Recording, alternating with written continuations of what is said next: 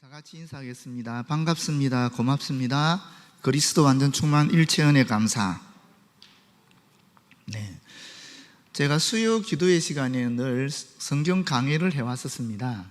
그런데 이번에는 기독교 알아차리기라는 그런 큰 주제 하에서 좀 시간을 보냈으면 좋겠습니다. 여러 가지 이유가 있지만은 우리가 좀 이 기독교에 대해서 전체적으로 좀 체계를 잡는 것이 좋겠다. 그동안 알고 있었던 것을 좀 모아서 좀 정확하게 똑바로 알았으면 좋겠다 싶어서 이 기독교 알아차리기라는 제목으로 함께 좀 나누고자 합니다.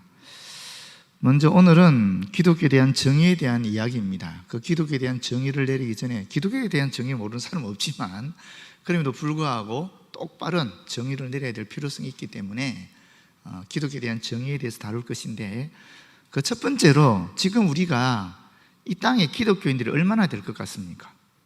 이 땅에, 이 지구에, 또 우리나라에 얼마나 많은 기독교인들이 있을까? 사실 우리가 보통 4대 종교라 그러면 기독교, 불교, 유교, 이슬람교를 얘기하지 않습니까? 그런데 정말 우리 기독교 인구가 얼마나 될까? 2019년에 조사한 자료에 의하면, 작년 자료죠, 지금 이 땅에는 77억 1,500만이 살고 있답니다. 우리나라에는 5,130만이라고 얘기해요, 작년 통계에 의하면. 그런데 이 퓨 리서치 센터라는 곳이 있는데, 여기서 발표한 그 자료에 의하면 2010년에 기독교는 31.4%였어요. 이슬람교가 23.2%, 힌두교가 15%, 불교가 7.1%입니다. 2050년에는 어떻게 될까? 미래에 2050년, 40년 후에는 기독교는 똑같이 31.4%, 이슬람교는 23.2%에서 29.7%로 올라가고, 힌두교는 15%와 비슷한 14.9%, 불교는 7.1%에서 5.2%로 줄어들 것이다라고 예측하고 있습니다. 이슬람교가 가장 확장될 것이라고 지금 이야기하고 있는 것입니다. 그럼에도 불구하고 확장되더라도 40년 후에도 기독교는 전 세계에서 가장 많은 수를 가지게 될 것이다 라고 예측하고 있는 것입니다. 31.4%니까요. 그런 이유가 어디 있을까? 왜 그럴 것 같습니까? 왜 전 세계적으로 기독교가 가장 많은 그런 이 신자 수를 가지고 있는 것일까? 한번 제가 말씀드린 기억이 납니다. 여러분, 기독교는 매우 신비적이면서도 매우 합리적인 종교입니다. 그래서 전 세계에 인종을 넘어서서, 지역을 넘어서서 보편적으로 믿겨지고 있는 것입니다. 먼저 우리가 한번 생각해 보시죠. 그때도 말씀드렸지만 이 불교 스님 한번 생각해 보십시오. 백인 스님 잘 안 떠오르잖아요. 흑인 스님 말도 안 되지 않습니까? 황인 스님 해야 쉽게 받아들이지거든요. 그런데 이맘, 이슬람 종교의 지도자들이죠, 교육자들이죠. 이맘을 따지보면 백인 이맘 안 떠오르잖아요. 흑인 이맘도 잘 떠오르지 않잖아요. 황인 이맘, 중동 사람들 이미지를 떠올려야 우리가 수용이 되거든요. 그렇기 때문에 그렇다는 겁니다. 반면에 목사님 어때요? 백인 목사님, 흑인 목사님, 황인 목사님, 우리가 머릿속에 떠오르는데 아무런 지장이 없잖아요. 그래서 기독교는 전 세계적으로 인종을 넘어서서 보편적으로 있다고 얘기할 수 있는 것입니다. 또 한 가지 더 예를 들면은, 여러분, 우리가 불교의 중심지가 어디입니까? 불교가 가장 많은 세력을 가지고 있는데 아프리카에 불교 있습니까? 남미, 북미 이런 쪽에 불교가 있습니까? 물론 있겠지만 극히 미미하거든요. 유럽의 불교 미미하지 않습니까? 불교의 중심지는 아무래도 이 극동 또는 동남아시아 이쪽이거든요. 이슬람교는 어디입니까? 말할 필요 없죠. 그게 중동 지역 아니겠어요? 물론 지금 영국에도 많이 있고 뭐 하다 그러지만 결국엔 중동 지역이 많죠. 우리나라에도 지금 대전에도 있고 서울에도 있고 하지만 집회소가 있지만은, 그럼에도 불구하고 그 중심지는 다 거기라는 것이죠. 기독교의 중심지는 어딜까요? 생각해 보십시오. 유럽? 유럽은 기독교 역사가 얼마나 오래된 지역입니까? 유럽이 기독교 중심입니까? 또 남미, 북미, 아프리카, 아시아, 한국, 중국 기독교의 중심지는 지금 없습니다. 왜? 보편적으로 전 세계적으로 믿고 있는 종교이기 때문에 그렇다라는 것입니다. 그만큼 기독교가 인정받고 있는 것이죠. 그만큼 기독교가 전 지구인들에게 수용되고 있는 종교라는 것입니다. 우리 한국은 어떤가? 10년마다 한 번씩 통계청이 실시하는 게 나오지요. 그 2015년에 인구주택 총조사가 나왔습니다. 거기에 따르면 우리나라에 종교가 있는 분들이 43.9%예요. 없는 국민은 56.1%입니다. 종교가 없는 국민이 우리나라에 더 많은 거예요. 그런데 그러면 우리 전체 인구 중에서 개신교는 얼마냐면 19.7%예요. 제일 많습니다. 불교가 우리는 더 많은 것 같지만 15.5%예요. 불교는 굉장히 많이 축소된 거예요. 예전에 비하면은. 옛날에 불교가 제일 많았잖아요. 벌써 이게 뒤집어졌다라는 것입니다. 개신교가 제일 많은 숫자를 가지고 있어요. 천주교 7.9%입니다.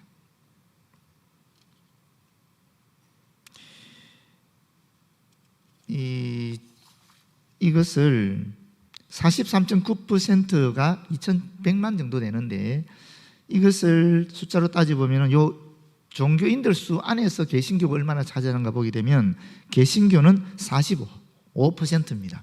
960만. 물론 여기 이단들도 많이 들어가 있겠지만 어쨌거나 개신교가 45%를 차지하고 있다는 것입니다. 960만, 엄청나지요. 불교는 760만입니다. 35%를 차지하고 있습니다. 천주교는 390만, 18%라는 것입니다. 사실 천주교는 구교고 또 개신교는 신교지요. 그렇게 따지면 이 기독교라는 범주 안에 사실 천주교도 개신교도 들어갈 수 있거든요. 그럼 기독교적 배경 속에 있는 우리 신자 수가 얼마냐면은 거의 1,400만이 되는 거예요. 1,400만. 엄청나지요.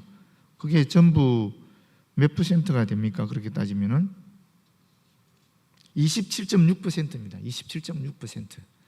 그러면 그야말로 우리나라 사람 중에 4사람 중에 1명은 기독교적 배경을 갖고 있다고 볼 수 있는 거예요. 사실 기독교를 알아야 우리 한국 사람들을 이해할 수 있는 것입니다. 기독교를 알아야 한국 문화를 이해할 수 있는 것입니다. 지금 기독교는 그런 강대한 세력을 가지고 있는 것입니다. 엄청난 영향력을 끼치고 있는 것입니다. 그렇기 때문에 다른 종교에서 기독교를 어떻게든 약화시키기 위해서 애를 쓰고 있는 것입니다.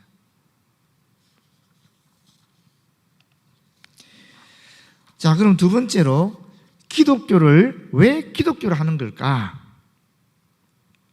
기독교를 왜 기독교를 하는 걸까를 알아보기 전에 먼저 불교를 왜 불교를 하는가를 먼저 알게 되면 기독교를 왜 기독교를 하는지 조금 쉽게 이해할 수 있습니다. 알다시피 불교는 어떻게 시작됐습니까? 이 석가족의 왕자였던 고타마 시다르타가 왕궁에서 편안하게 지내다가 사람들이 있는 곳으로 처음으로 나오게 된 거예요. 이 동쪽 문을 통해서, 왕궁의 동쪽 문을 통해서 탁 나왔는데 거기서 누구를 봤느냐 하면 늙은 분을 본 거예요. 노인을 본 거예요. 그리고 충격을 받았어요. 아, 사람은 태어나서 시간이 지나면 누구든지 저렇게 늙게 되는 것이구나, 이것을 알게 된 것입니다. 들어갔다가 다음에 또 남쪽 문을 나왔는데 남쪽 문을 통해서 나와보니까 거기서 누굴 봤느냐 하면 병든 사람을 보았대요. 그걸 보면서 또 충격을 받는 것입니다. 아, 사람은 항상 건강하게 사는 것이 아니라 병들 수도 있구나 하는 것을 알게 된 것입니다. 그러다가 좀 있다가 이제는 어느 문으로 나왔을까요? 서쪽 문으로 나왔어요. 서쪽 문으로 나왔는데 거기에서 죽은 사람을 장사 지내는 상녀를 본 것입니다.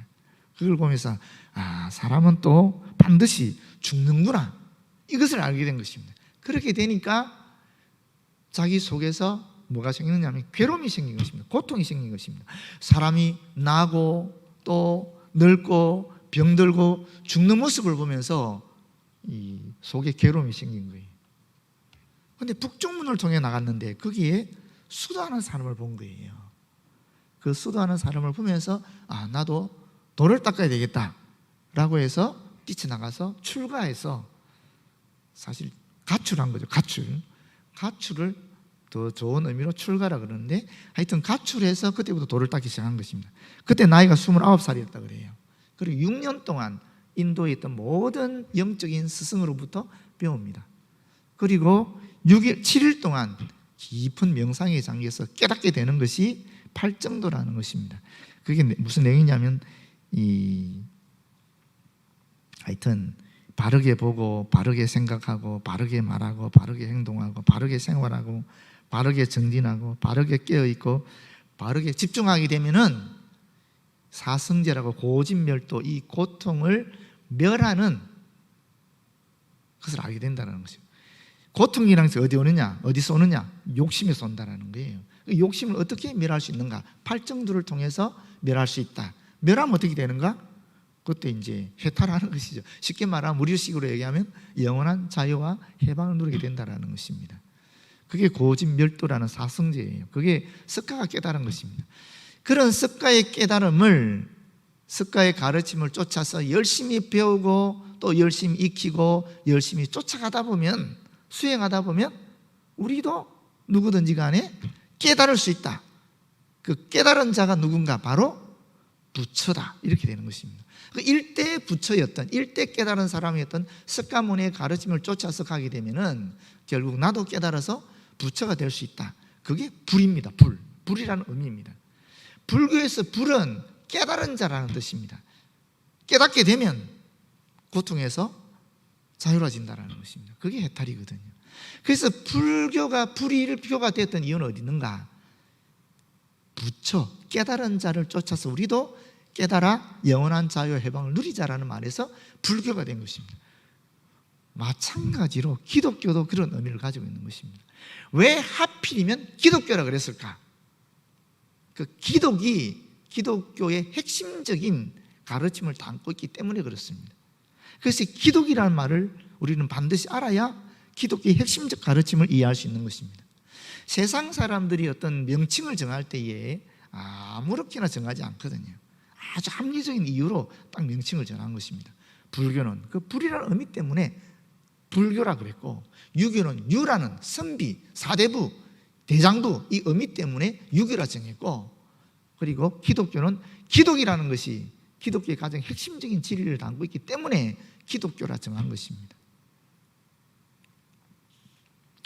이 기독의 어원이 어디 있느냐 하면은, 기독은 우리말로 하면 뭡니까? 기독은 한자음이잖아요. 우리말로 하면 그리스도잖아요. 그리스도와 기독이 같은 의미입니다. 그래서 기독교는 그리스도교라고 얘기할 수 있는 것입니다. 이 그리스도, 이 기독, 이 의미가 어디서 나왔는가? 이것까지 연구한 사람이 있어요. 강릉 원주대학교의 국문과 교수인 김무린 교수님이 이 그리스도와 기독의 어원에 대해서 논문을 썼어요. 희한하지요? 이런 논문도 있습니다. 이 논문에 의하면 일본어 그리스도를 한글로 음력하면서 그리스어나 라틴어 계열의 원음을 반영해서 형태 조정을 거친 것이다. 이렇게 결론 짓고 있는데 이건 좀 어려운 얘기지만 더 쉽게 말하면 이렇습니다. 이건 제가 조금 쓰는 게 좋을 것 같아요.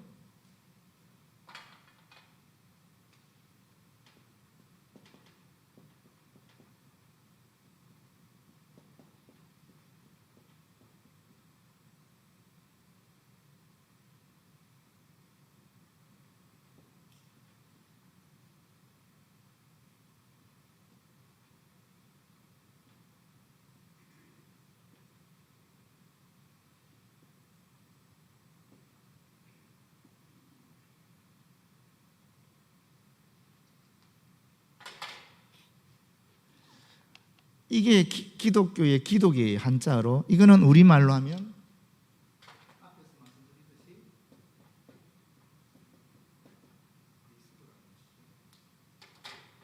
이 그리스도라는 거예요. 그런데 이 그리스도라는 말은 사실은 이 영어의 크라이스트가 한자로 어떻게 변형되는 걸 보시면 좋은데, 이 크라이스트를 중국에서 어떻게 쓰느냐면 이렇게 씁니다.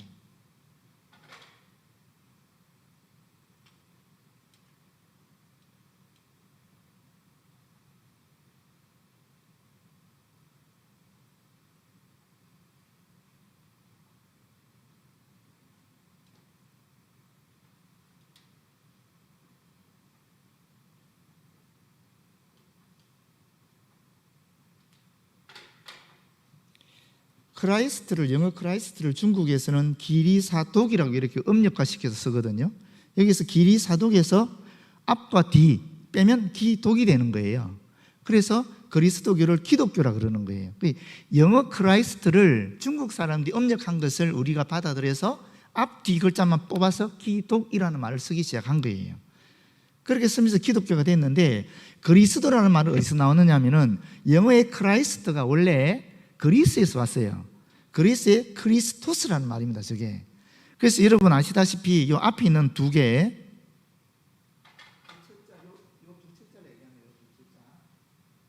이 두 철자가 기독교의 상징어예요. 그래서 어떤 교회를 가보시면, 보통 일반적 교회나 또 목사님 스토리 같은 데 보게 되면 이런 걸 보셨을 거예요.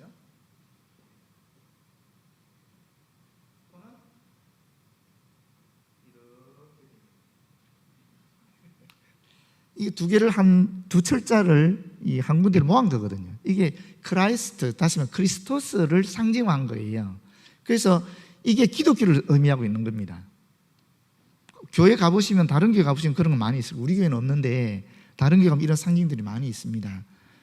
이 크리스토스에서 이 크라이스트가 나왔는데, 그럼 크리스토스는 어디서 나왔느냐? 저 뒤에 보이는 것이 이 히브리 말이거든요. 이게 메시아흐라는 말이에요. 그래서 메시아라는 말이죠. 구약의 메시아가 그리스 지방 가게 되면, 신약이 오면 크리스토스가 되고, 이 크리스토스가 이제 영미권으로 오게 되면 크라이스트가 되고, 이 크라이스트를 우리말로 음력화한 것이 아까 그 교수님 말씀처럼 그리스도가 된 것입니다. 근데 기독이란 말은 중국에서 온 말이죠. 그러니까 그렇다면은 이 기독의 뜻이 무엇인가 우리 알아야 되는데, 기독의 뜻은 너무나 잘 알고 있죠, 그죠, 여러분? 메시아가 무슨 뜻입니까? 메시아, 기름 부음 받은 자라는 뜻 아니겠어요? 기름 부음 받은 자. 근데 여러분, 우리가 그리스도 메시아라 그럴 때 기름 부음 받은 자라는 의미로 쓰고 있습니까? 지금 현재 우리가? 아니잖아요. 우리는 어떤 의미로 쓰고 있습니까? 구세주, 주님, 구원자, 이런 의미로 지금 현재 사용하고 있지 않습니까? 아니, 기름 부음 받은 자라는 메시아가 왜 현재로는 구원자, 주님, 구세주라는 의미로 쓰여지고 있겠어요? 왜 그럴까요? 이 이스라엘의 역사를 조금 아셔야 되는 거예요. 이스라엘 역사를 보게 되면은, 이스라엘이 이 르호보암 시대 때 남쪽 유다와 북쪽 이스라엘 분열되지 않았습니까? 그리고 북쪽 이스라엘은 아수르에 의해서 망하고, 그리고 남쪽 유다는 또 바벨론에 의해서 망했잖아요. 여러분, 나라가 망했을 때 망한 나라의 백성이 가장 원하는 것이 무엇입니까? 독립이죠. 해방 아니겠습니까? 우리가 일제 식민지를 경험했기 때문에 우리는 누구나보다 잘 알고 있어요. 우리의 역사적 경험을 통해서 해방되는 겁니다. 독립하는 겁니다. 독립하기 위해서, 해방되기 위해서 어떤 분이 나타나야 돼요? 강력한 지도자가 나타나야 되는 거예요. 그 강력한 지도자는 누구겠어요? 정치적이건 군사적인 그런 지도자죠. 그런 지도자를 옛날 사람들은 뭐라 그랬어요? 왕이라 그런 거예요. 왕이 나타나야 되는 것입니다. 그런데 이스라엘 역사를 통해서 왕이 사라져 버렸어요. 왕이 사라졌단 말이에요. 그런데 식민 지배 치하에 있는 사람들이 우리는 왕을 기다립니다. 그럼 어떻게 되겠어요? 우리를 해방해 줄 왕을 기다린다, 군사적인 지도자를 기다리면 어떻게 되겠습니까? 그럼 바로 체포돼 가는 거죠. 바로. 그래서 우리가 왕을 기다린다 말을 못하는 거예요. 그런데 여러분, 메시아라는 말은 이스라엘 백성들에게는 사실은 세 직분자에게 사용됐던 말이에요. 그 세 직분자들이 누굽니까? 예언자, 그리고 제사장, 그리고 왕이에요. 우리가 대통령 선거에서 당선되게 되면은 대통령이라고 얘기하지 않습니다. 아직까지도 뭐라고 얘기합니까? 대통령 당선자라 그러는 거예요. 대통령 당선자가 언제 대통령이 됩니까? 취임식을 해야 대통령이 되는 것입니다. 그렇지 않습니까? 마찬가지로 이 취임식 하는 것, 왕으로서 취임할 때, 또 그때는 즉위시라 그랬겠지만 또 제사장으로 취임할 때, 예언자로 취임할 때, 그때 이스라엘 백성은 전통적으로 기름을 부은 거예요. 그래서 기름 부음 받은 자인 곧 메시아는 세 부류의 사람들 얘기하는 것입니다. 왕도 메시아고, 제사장도 메시아고, 예언자도 메시아인 거예요. 메시아 그러면 왕도 메시아인 거예요. 제사장도 메시아인 거예요. 예언자도 메시아인 것입니다. 그런데 이스라엘 백성이 망하게 되면서 예언자가 있습니까? 없습니까? 망했을 때 이스라엘 백성이 망했잖아요. 이스라엘이 망했잖아요. 망했을 때 예언자가 있습니까? 없습니까? 예언자는 있어요. 나라가 망해도요, 종교는 살아남습니다. 고려시대 때 불교가 국교였지만, 고려가 망했지만 여전히 조선시대에도 불교는 살아남았잖아요. 조선시대 마찬가지로 유교가 국교였지만 조선이 망했다고 해서 유교가 지금 사라졌습니까? 아니거든요. 여전히 유교가 명맥을 유지하고 있거든요. 나라가 망해도 종교는 유지되는 것입니다. 제사장은 어때요? 똑같이 유지되는 것입니다. 그래서 예수님 시대에 대제사장이 있었던 거죠. 예수님 시대에 또 세례요한이란 예언자가 나타나는 것이죠. 바벨론 포로 시대에도 에스겔이라든지 다니엘이라든지 이런 수많은 예언자들이 나타나는 것입니다. 이 정치가 망해도 종교는 살아남게 되어 있습니다. 역사를 통해서 보게 되면은 이스라엘 백성이 이런 역사를 경험하게 되면서 이제 왕을 기다리는데, 우리가 왕을 기다린다, 우리의 구원자를 기다리는 말을 못하니까 우리는 메시아를 기다린다라고 얘기하는 거예요. 우리는 메시아를 기다린다. 일종의 자기들끼리 쓰는 암호였던 것입니다. 그렇게 되면서 이스라엘 역사 경험을 통해서 이 메시아라는 의미 속에 기름 부음 받은 자라는 의미에 덧붙여져서 구원자, 해방자, 구세주, 주님 이런 개념이 나타나게 된 것입니다. 지금 우리가 메시아라 그랬을 때에 기름 부음 받은 자는 의미로 사용하지 않습니다. 지금 우리는 어떻게? 구원자로, 구세주로, 주님으로 우리가 받아들이고 있는 것입니다. 그렇다면 이제 기독교를 한마디로 정의 내리면 어떻게 내릴 수 있겠습니까? 기독교는 어떤 종교입니까? 어떤 분들은 기독교는 하나님을 믿는 종교다 이렇게 이야기하는 분들이 있어요. 근데 그거는 정확한 답이 아닙니다. 정확한 정의가 아닙니다. 맞는데 우리가 하나님 믿고 있으니까 맞지만 정확한 정의는 아니라는 거예요. 기독교는 이런 종교고 이런 종교는 기독교다, 이게 다 돼야 되는데 하나님을 믿는 종교가 기독교인가? 왜 아닌가 하면은 일본에서는 하나님 뭐라 그럽니까? 카미사마라 그럽니다. 카미사마. 그럼 카미사마를 믿는 분들은 다 기독교인인가? 아니죠. 신도를 믿는 사람들도 카미사마를 믿는 사람들 중에는 신도가 있거든요. 옛날 우리가 신사 참배할 때 그 신도는 카미사마를 믿거든요. 하나님 믿는 종교예요. 또 이슬람교에서는 누구를 믿습니까? 알라를 믿죠. 그 알라를 우리말로 번역하면 뭡니까? 하나님이에요. 이슬람 사람들도 하나님을 믿는 종교를 가지고 있는 거예요. 하나님이 믿는다고 해서 기독교라 말하기 곤란한 거예요. 그래서 우리가 신교 또는 하나님교로 얘기하지 않는 이유가 여기 있는 것입니다. 우리는 기독을 믿는 거예요. 기독, 그리스도를 믿는 종교예요. 그 그리스도가 누구라는 것입니까? 예수라는 것입니다. 예수만이 유일한 그리스도다, 예수만이 유일한 구세주다라고 믿는 것이 기독교입니다. 기독교를 정확하게 정의하자면 기독교는 예수를 그리스도로 믿는 종교이다. 반대로 그리스도를 예수로 믿는 종교는 기독교가 되는 것입니다. 이 기독교의 정확한 정의입니다. 그렇다면 여러분, 여기서 우리가 확인할 수 있는 것이 있어요. 무엇입니까? 제가 목사라도 또는 장로님이라도 권사님이라도 또는 신앙생활을 30년 하셨던 50년 하셨던 70년 하셨던 상관이 없이 교회를 열심히 다니고 봉사를 엄청나게 한다 할지라도 예수를 그리스도로 믿지 않으면 기독교인이 아닌 것입니다. 그건 정확한 사실입니다. 제가 일부러 성경 말씀을 본문을 읽지 않았습니다. 왜냐하면 이 성경 말씀을 읽어버리면 답을 알아버리기 때문에 이 머리에서 생각을 하지 않게 되거든요. 한번 성경 한번 찾아보시겠습니까? 찾아볼 필요 없고 제가 찾아드리죠. 이 사도행전을 먼저 보실까요? 사도행전만 보시면 제일 정확하죠. 사도행전 5장 42절을 보시게 되면은 어떤 말씀이 있느냐 하면은 5장 42절에 그들이 날마다 성전에 있든지 집에 있든지 예수는 그리스도라고 가르치기와 전도하기를 그치지 아니하니라. 예수는 그리스도라고 가르쳤다는 거예요. 예수는 그리스도라고 전도했다라는 것입니다.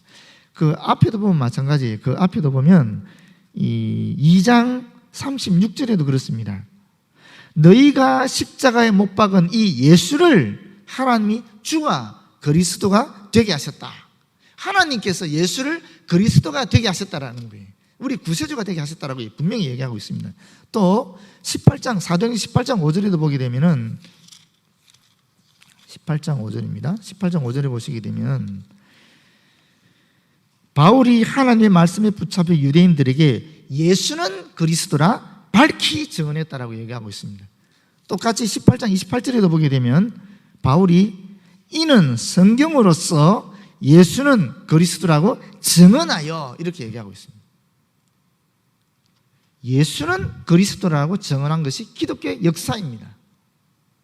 그리고 이제 우리가 11장 26절에 보게 되면은 무슨 말씀이 나오냐면 이 바나바가 사울을 찾으러 다소에 가서 만남에 안디옥에 데리고 와서 둘이 교회에 1년간 모여 있어 큰 무리를 가르쳤고 제자들이 안디옥에서 비로소 그리스도인이라 일컬음을 받게 되었더라. 이렇게 얘기하고 있습니다. 예수는 그리스도라고 가르치기 시작하고 그렇게 믿은 사람들의 모임을 그리스도인이라 그랬다라는 거예요. 그래서 그리스도교가 됐다라는 것입니다. 그래서 기독교가 되었다라는 거예요. 그래서 이 기독교라는 것은 예수가 그리스도이심을 믿게 되면서 그리스도인이 생기게 되었고 그런 무리를 통칭해서 기독교라고 정의 내린 것입니다. 철저하게 기독교는 예수만을 우리의 구세주로 받아들이는 종교입니다. 인정하는 종교입니다. 반면에 불교나 다른 종교는 그렇지 않습니다. 유교도 마찬가지고 불교 아까 말했잖아요.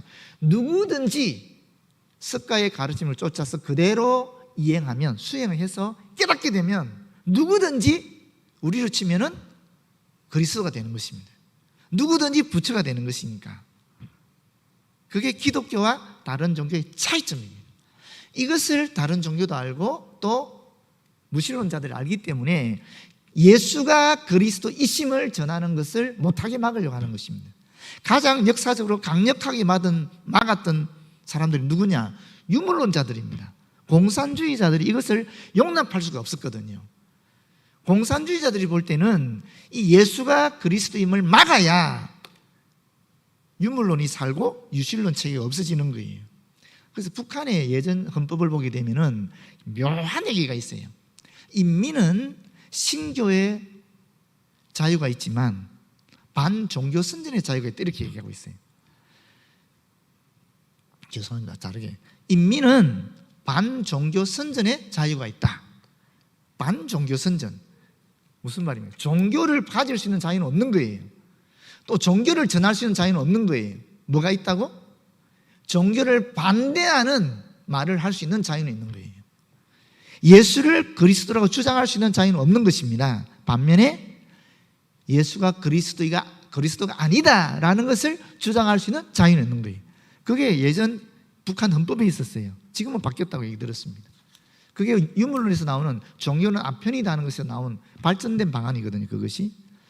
근데 지금 무신론자들이나 또는 기독교를 반대하는 세력이 계속 얘기하는 것이 뭐냐? 종교 차별을 이야기하면서 그 종교 차별을 통해서 뭘 얘기하고 싶은 거예요? 예수가 그리스도이심을 전하지 못하게 막는 것입니다. 그래서 우리는 심각하게 바라보고 있는 것입니다. 그 부분을.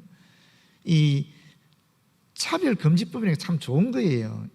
참 좋은 내용이지만 그 안에 독소 조항이 있는 거죠. 그 조항을 빼야 되는데 예수가 그리스도이심을 전하지 못하게 하면 기독교는 존재할 수 없는 거예요. 기독교의 가장 핵심적인 가치가 넘어지는 것입니다. 사라지는 것입니다. 그러면 기독교는 존재하지 못하는 것이죠. 그래서 이 독서 조항을 빼야 된다라고 주장하는 것이 기독교의 주장입니다.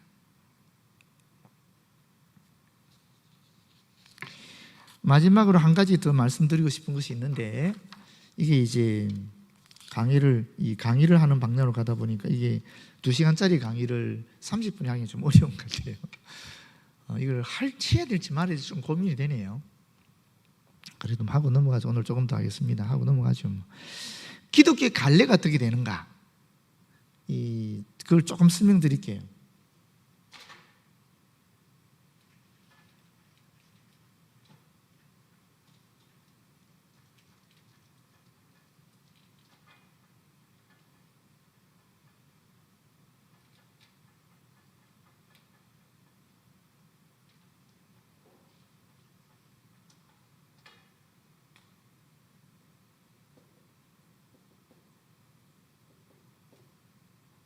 이게 기독교거든요.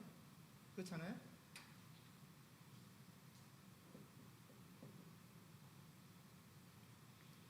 이게 기독교가 쭉 내려오다가 1000년 동안 내려왔습니다. 내려오다가 1054년에 분열이 됩니다. 어떻게 분열됩니까? 쉽게 말하면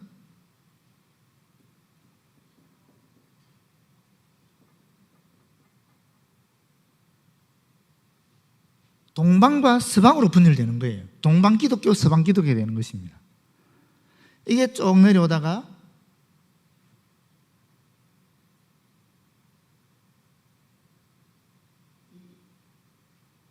동방 기독교는 그대로 쭉 내려왔습니다. 그런데 서방 기독교가 또 갈라지는 거예요. 언제 갈라집니까?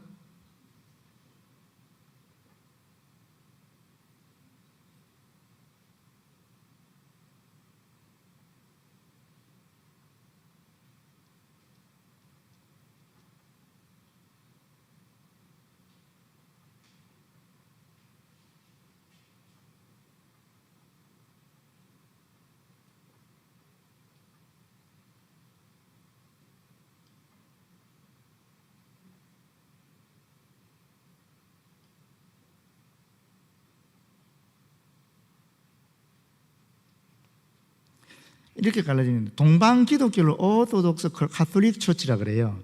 서방 기독교는 원래 로만 카톨릭 처치였는데 1527년에 프로테스탄티즘과 로만 카톨릭 처치로 구분되는 것, 분열되는 것입니다. 그래서 그 전에 로만 카톨릭 처치를 우리가 구교라 그러고, 그 다음에 프로테스탄티즘을 신교라 그러는 거예요. 왜 프로테스탄티즘이라 그러냐면은 프로테스트가 저항하다 아닙니까? 항거하다.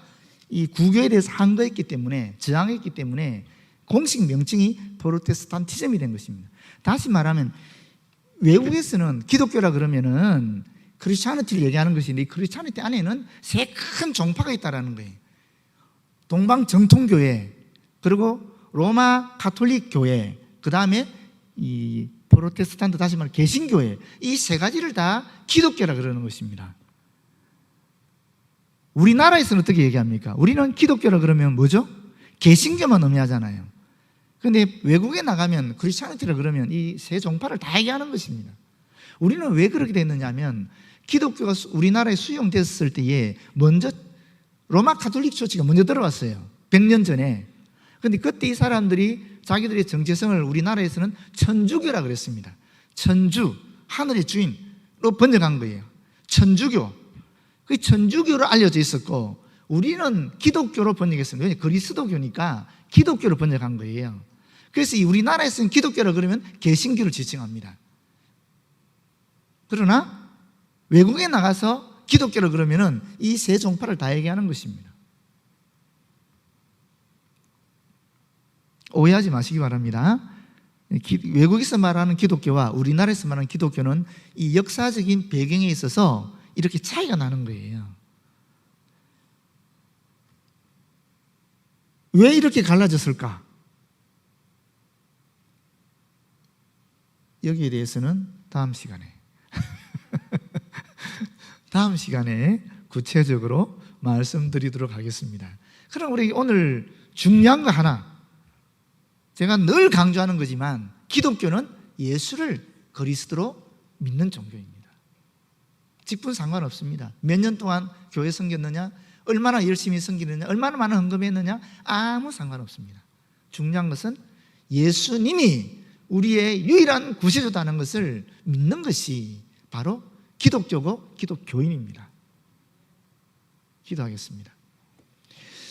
하나님 고맙고 감사합니다. 오늘 우리가 정확하게 확실하게 다시 한번 확인하였습니다. 예수님만이 우리의 구세주이십니다. 예수님만이 우리의 영원한 주인이십니다. 이 고백 우리가 죽을 때까지 또 이 땅의 역사가 끝나기 전까지 계속되어지도록 인도하여 주시옵소서. 예수님 이름으로 기도드립니다. 아멘.